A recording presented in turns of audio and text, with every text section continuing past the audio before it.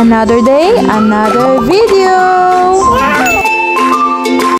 Dahil nga today is Sunday, naisipan namin mag-family bonding. So, ang bonding namin is ganito.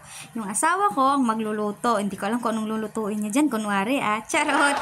Pero habang siya nagluluto, pinivideo ko muna siya kasi nga, ganito din ba yung asawa nyo? Kapag ka nagluluto, talagang napaka-perfectionist. Alam nyo yun? Ewan ko, basta napaka-perfect. Yun yung kahit yung pag-slice ng sibuyas, kailangan pare-parehas. Pag-slice ng kamatis, kailangan parehas, diba? O ayan, yung okra, tinuruan ko siya. Sabi ko, 2 slice lang kasi maiksi lang naman.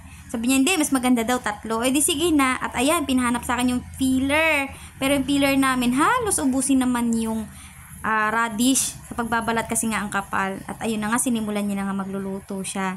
Habang nagluluto siya dyan, sige, video lang ako. Sabi niya, tanggalin mo na yung dahon, hindi naman maganda tingnan. Sabi ko, bahala ka. At ayun nga, ang niluto ay sinigang na buto-buto. At ayun nga, diba, ayan. Habang ako nagbi-video dyan, mag-uusap pa kami. Sabi niya, ba't pa kasi bini-video? Sabi ko, yan mo lang ako kasi nga wala tayong may content. Charot. Pero yung asawa ko dyan takanta ka na. Ayan, habang nagluluto, syempre, kapag sinigang ang niluto, kailangan may nor sinigang sa gabi. Mas gusto ko yung nor sinigang sa gabi ang ilagay kasi nga, sinigang sa gabi na talaga yung aming niluto.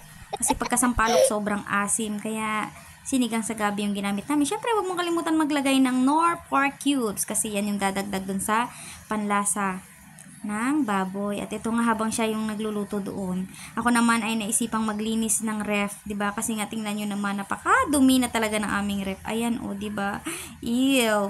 Actually, matagal ko na siyang gustong linisin. Every once a month ako kasi naglilinis ng ref, pero nung nakaraan hindi ko na linisan. Kaya ayan, ano ba tawag dito, madaming dumi. At saka ayan, hilig din talaga nating maglagay ng mga tira-tira sa ref hanggang sa mapanis na kakatago.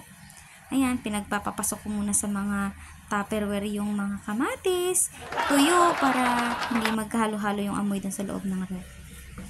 At ayan nga mga pinunasan ko na yung loob ng ref namin. Actually, yung taas lang yung nilinisan ko dyan kasi nga malinis naman yung baba ng ref, yung freezer, kumbaga kasi nakasegregate naman yung mga nandun yung laman. Kumbaga sa taas, 3 layer kasi yung freezer. Sa taas, yellow, pangalawa, pork, pangatlo, fish. Yung sa pork na nakahalo na dun yung mga frozen, like hotdog, longganisa, ganun, doon na nakalagay. At ayan na nga, nilinis ko na, tapos ibinalik ko na rin yung mga laman yan. Pero bago ko binalik, nilagay ko muna yung sa mga Tupperware o kaya sa mga organizer yung mga babalik ko na laman ng ref namin. At ayan, sana ganito lang kabilis maglinis ng ref, no? In reality, ayan.